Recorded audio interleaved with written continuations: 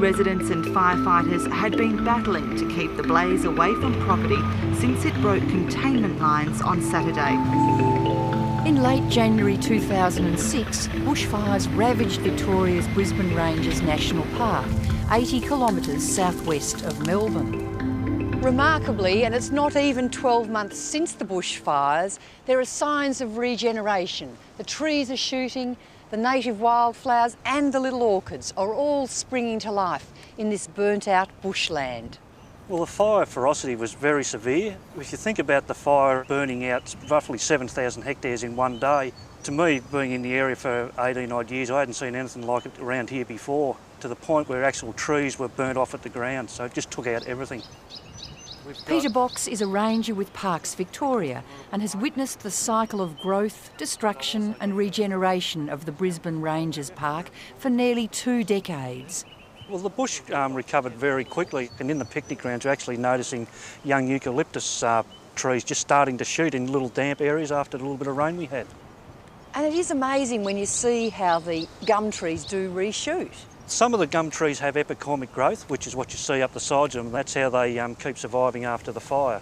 Well, there are buds all the way up the trunk. Yeah, they have buds concealed under the bark. And what about the brackens and the ferns and sedges? Yeah, the ground cover came back relatively quick. Once we had a bit of rain, the sedges, the bracken ferns started to shoot. Then, of course, over the spring we've had all the wildflowers and orchids and that coming up.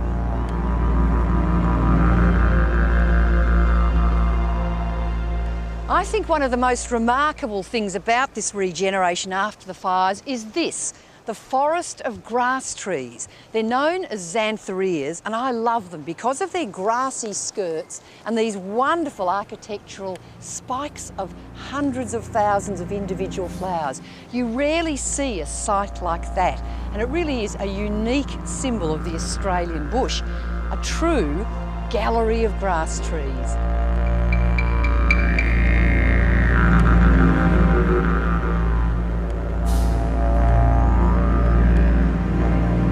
After the fires, all that was left here was black stumps, so all this growth you see now is since the fire itself. And the grass trees, or xanthorrheas, will only flower after a fire event. And the Aborigines, I guess they would have used them for certain purposes? Yeah, well, they did. They used to use the flower spikes and dip them in water to make a sweet drink, or even melt down the resin and use it as a type of glue to put their heads on their spears.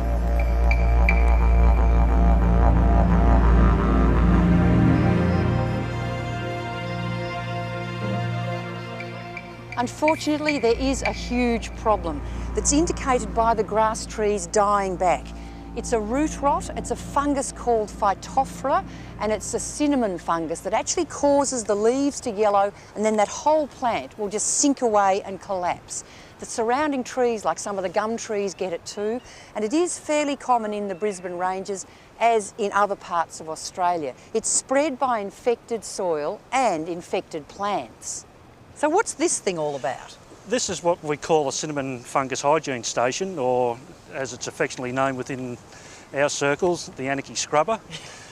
It's just a matter of walking up onto the platform, cleaning your boot down in the brush, which you have to remove all your organic material off your boot, and then we've got a spring-loaded pressure plate there that you push down on with your foot, and that will immerse the soles of your boots in the chemical.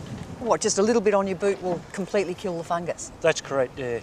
So bushwalkers should stay right to the tracks? Yeah, we encourage bushwalkers to stick to the tracks where possible, and also if it's wet or muddy, to try and stay out of that particular area, virtually to recognise the signs of where cinnamon fungus is and act accordingly.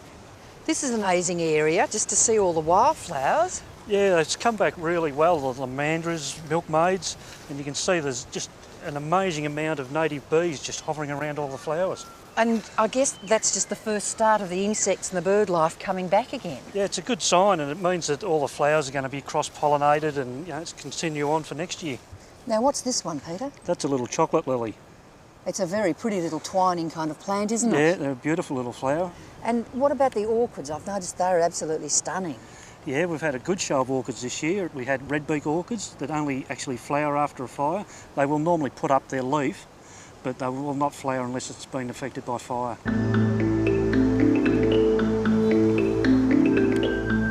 The immediate impact of a bushfire can be devastating on both the environment and people who are affected by the damage. But in the long term, it can help replenish and revitalise the Australian bush. I think the Australian bush has evolved over many, many years to use fire or accommodate fire as a means of renewal.